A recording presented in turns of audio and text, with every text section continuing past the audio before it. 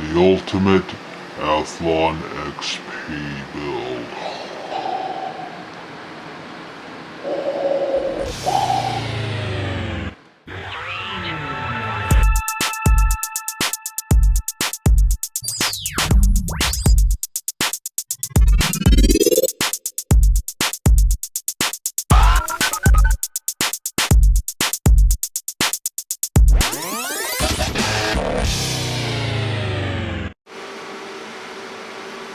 We recently took over the networking duties for a new client, and as such we decided to go ahead and upgrade a lot of their machines, actually pretty much all of them. There was 3 Athlon XP systems in use, and this case in particular was being used as a server. This lowly Antec case doing mediocre server work. Originally was beige. This is some of the modifications I did to the case starting out with. I cut the AMD logo into the side of the case. I also fitted it with some acrylic, which also has a little bit of a frosted coating on it. And then I went ahead and spray painted everything up with this orange and black scheme here. It's a fire mist orange and just a satin black. So this build took 2 machines to complete. I had the server case, and then this motherboard was in another computer, along with the Athlon XP 3200 processor and 2 gig of memory. This is the Abit NF7S board, revision 2.0. So the first thing I did was went ahead and dishwashed the entire case and the motherboard. And unfortunately the NF7S sticker that was on the SATA controller down there unfortunately did not survive the dishwashing process, but I cheated a little bit on this system. I put a VelociRaptor 300 gig hard drive, which I had laying around, and I also had a nVidia Geforce 7800 GS AGP 8X video card, and I also put a Sound Blaster Live 5.1 card in it. As you can see, all the nice cable routing and such that I did with this case. I also went ahead and added some green LED fans and a 5 LED light bar that I velcroed right there. Up here, one of the many 500 watt Rosewill power supplies that I decommissioned, and they're all still perfectly fine, so I went ahead and used one in this system. It has a blue fan, which I prefer to be green. And the reason I chose green was because that was is still the color for the AMD logo. The rest of the case I chose to just go ahead and leave bare metal, but it still works fine. Looks good for the theme I'm going for here. This particular case was also used by Alienware back in the day, and they continue to use this case even after they changed the look of the case. They just added some new plastic covers to this case, but inside it's the exact same case. This was an extremely expensive case back in the day. Well, maybe not extremely, but it was a fairly expensive case back in the day. It's also built like a tank. This thing probably weighs a good 30 or 40 pounds even without everything in it. So when I found these parts, this case in particular was being used as a server, a lowly server box, and its potential as a really kick-ass computer was never realized until I came to have it, and I think I did quite a nice job. Part of the reason I wanted to do this was to also recreate some of that spirit that was alive back then, and custom modding the cases and things like that. I wanted to give this a true 2003 era feel as to what people were doing back in the day, although I never went quite this far back then, but I figured it was about time to go ahead and do something like this. Now, I'll tell you what, this case has got some heavy sheet metal, and it was a real pain in the butt to cut that side panel out, I'll tell you what. So starting off the front of this, you can see that nice green LEDs coming through very nicely on that grill there, kind of gives it a nice little effect. That's exactly what I wanted. I wanted to have that green AMD logo color shining through those grills right there. And amongst the parts that I found over there was a brand new Athlon XP sticker, which I went ahead and put right here in the middle of the door. So opening up the door reveals some more of my painting job here. As you can see, I painted the inside of the cover black, and all the drive covers I painted silver, and the floppy drive, and I painted the eject button black. These are all clear coated as well. This is actually a silver wheel paint that I used, and just went ahead and clear coated over that. The only problem is with that DVD drive right there. Works just fine, and I just haven't really felt the desire to paint a very nice Plextor drive. I did go ahead and paint a drive. This was the one I actually had in the system. Fits perfectly and matches perfectly with the color scheme I'm going for here on this thing. The problem is that I failed to test the drive before I went ahead and painted it, and unfortunately it does not read a DVD, and it has a hell of a hard time trying to read a CD even after cleaning the lens in it. So it's got some optical tracking issues, unfortunately. So I'm gonna have to find another drive and do some handy painting on it. But I just like the way that looks with the logos and stuff like that, which is why I don't really feel like painting this one, because I like the logos, you know. Moving down the other side of the case, you can see some of the other painting job I did on this. Went ahead and painted the feet there, silver, the same silver again, and went ahead and clear coated these as well. And you can see I also painted the bottom cover, bottom panel here black. And some of this I did some masking on. I took a lot of this apart. The bottom and the top panels are riveted on, so I wasn't able to actually remove those without drilling out the rivets, unfortunately. It's a matte finish paint, but it does have a little bit of a gloss to it. So here's a shot of the inside of the case with the lights turned off in the room here. You see how bright those 5 LEDs are. He could light up the entire world with those things if he had enough of them. I think it kind of looks pretty cool that way, but there's a reason that I wanted a frosted window on this thing. That is to act like a diffuser. Let me show you how that effect looks. So let me go ahead and put the slide the cover on here. You can probably already see.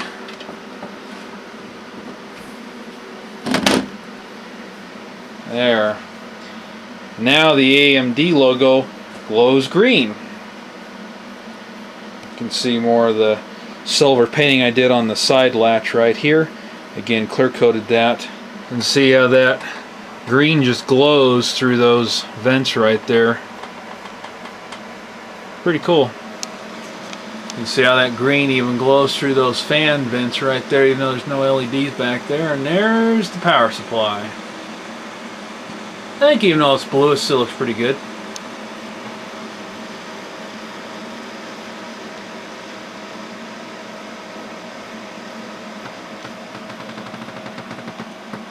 And what kind of operating system would you be running in 2003 for the ultimate gaming machine?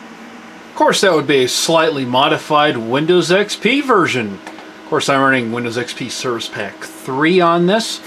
And I've done a little bit of customization on this, as you can see, by going ahead and redoing the start menu as I like it. I've also arranged it as such that it's kind of more of a Dockish style.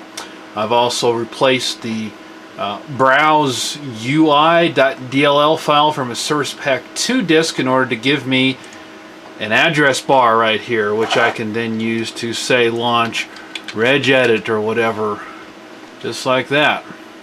Got a nice little orange colored bar there.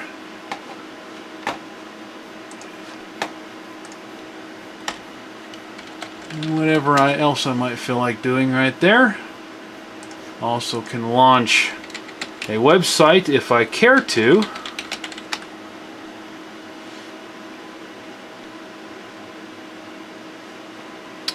So I've got a few games installed on this, but I'm just going to show a little bit of the customization I did here.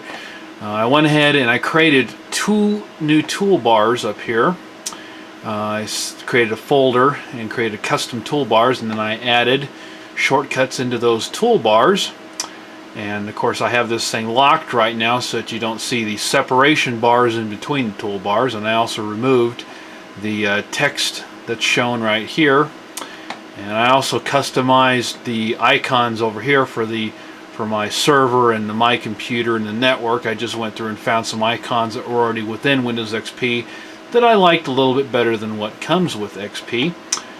This bar right here I did for applications, and this one I did for gaming, and I have 3 games installed on this. I have Doom 4, GTR2, and Quake 4. It's Doom 3. Doom 3 and Quake 4 both run on the Quake 4 engine. I think Doom 3 sucks. I don't like games that are like, go here, go there, go here, go there, do this, do that, and you never get a chance to shoot and kill anybody. So I'll probably be uninstalling that game. But, however, for right now, it's on here. And I've got the hard drive partitioned into 3 partitions. On Windows XP machines, I do prefer to have a separate partition for the swap file. And that does save in fragmentation of the C or D drives. And in this case, I did the D drive for my games. And the C drive is just the basic Windows install, and the one program I have on here, which is Winamp, is currently installed on the C drive. So this is how I chose to set it up, and I really like the way I've set this up. Takes a little bit of time to customize it. There are some customized XPs out there that have a lot of really cool stuff on them. I used to have a couple of them, but I can't seem to find them anymore, unfortunately. Okay, so I'm going to go ahead and shut this baby down and reboot it and show you how fast this thing starts up. And it actually started up just a couple seconds faster before I loaded the Sound Blaster Live driver. So let's go ahead, I'm going to power it on here, and you'll hear it pop in the speakers when I do. Or maybe not. There's the beep.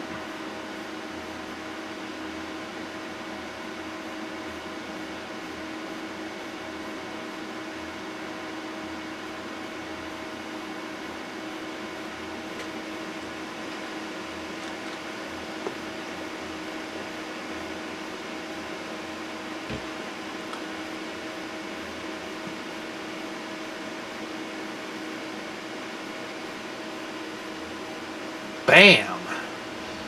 Well, would you look at that? A steering wheel has appeared on the desk. Holy crap! Yes, that's right. I found that at the thrift store for a whole $2. And the interesting thing about that is, it came with pedals. Look at that. Now, as it turns out, a lot of people, and I had this problem early on, a lot of people that had this particular steering wheel said that it did not work, it could not work with Windows XP.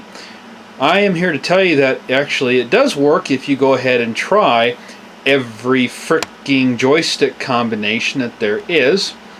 And as a matter of fact, this Antec wheel works with, this is a Antec R100, I think it is, something like that.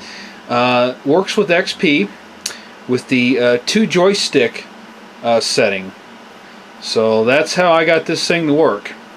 So here's a little bit of a quick view once again of the computer itself. Look how awesome that green logo is shining on the side of that thing. Exactly what I wanted. You see the green LEDs coming out of the fins there. You can see that steering wheel, which is red, but it closely matches the case. And up to the monitor right there. Now those speakers were a cheap piece of shit someone dropped off and said they didn't want their computer anymore. And those speakers were with it. But even though they're kind of a cheap piece of shit, what's kind of cool about having that subwoofer right there is that all the bass in racing games, you know, going off the course or the engine noise, stuff like that, all gets transferred to that steering wheel sitting right there. So it's kind of a makeshift poor man redneck hillbilly hick kind of a racing simulator setup I've got right here. Never mind, let's go ahead and do a little bit of GTR2. Alright, so here we go. Let's see how much I can suck on camera on this game.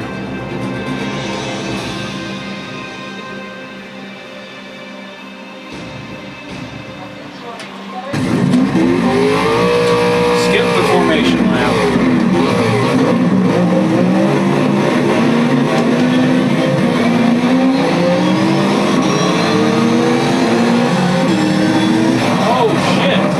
What the hell?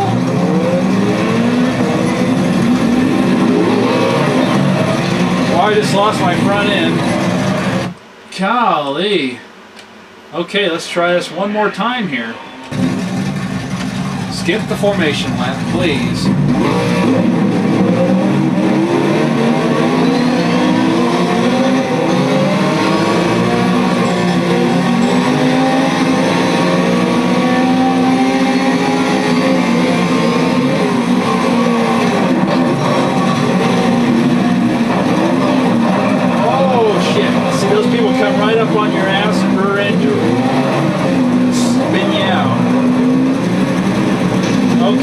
car.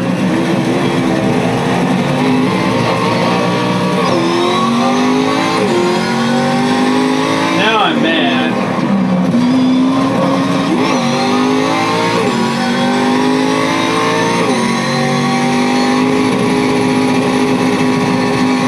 That's how you're supposed to do that.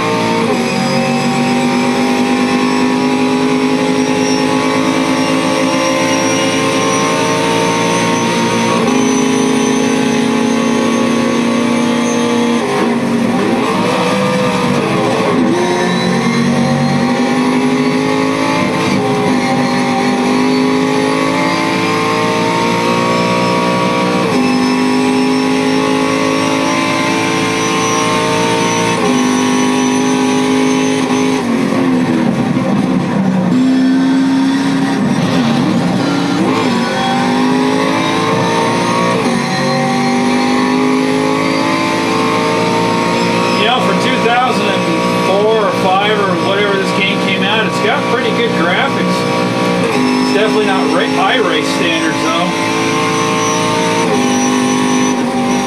This is the tricky one. Brakes, brakes, where's the brakes?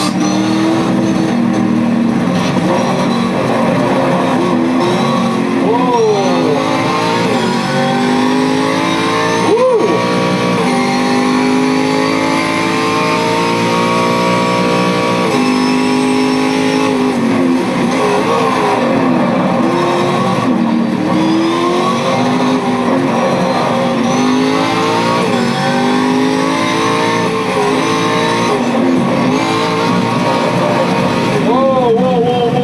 Damn it. Come on.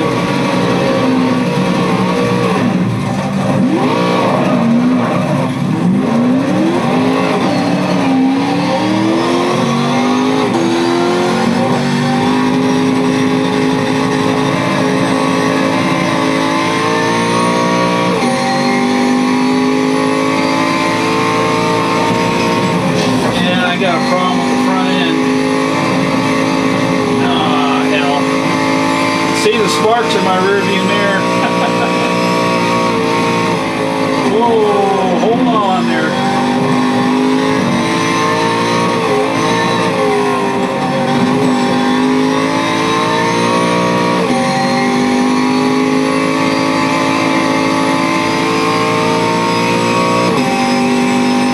Got a damaged car and I'm doing 140 miles an hour.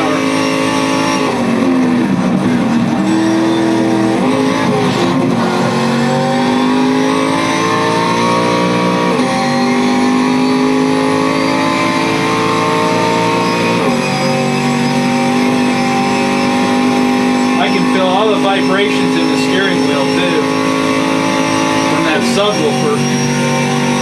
It's kind of cool.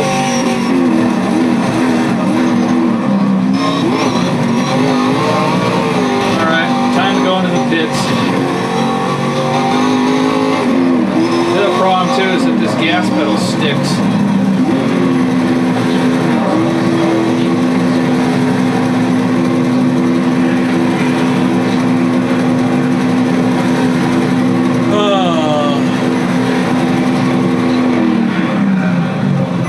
Alright, I'm going to pause the video here while they fix my car. I'll be back in just a second. Okay, here we go.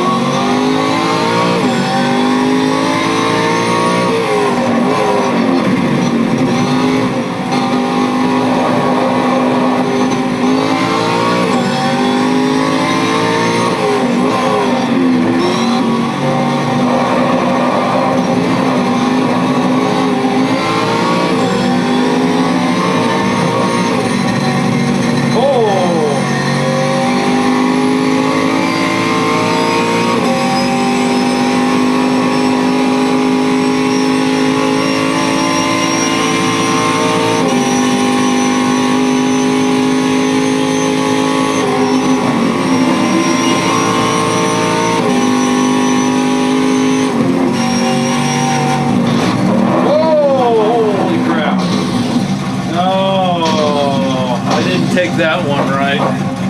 Hey, I'm still running though. Try that in a real car.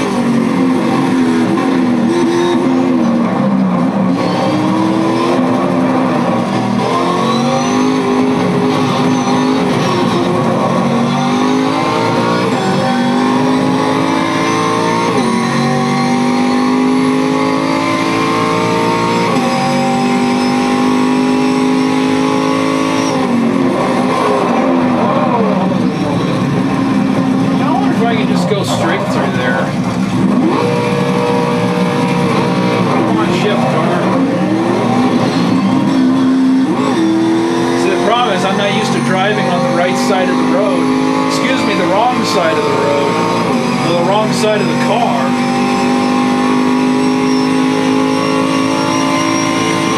Come on, engine, go, go, go, go, go.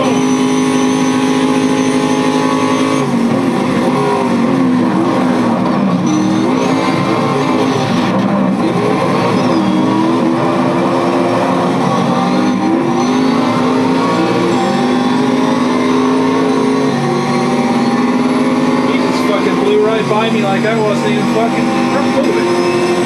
Alright, let's try going straight here. Let's see what happens. Oh, yeah. Can't go straight.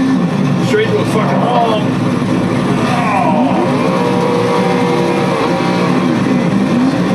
I'm gonna have to explore that a little bit more.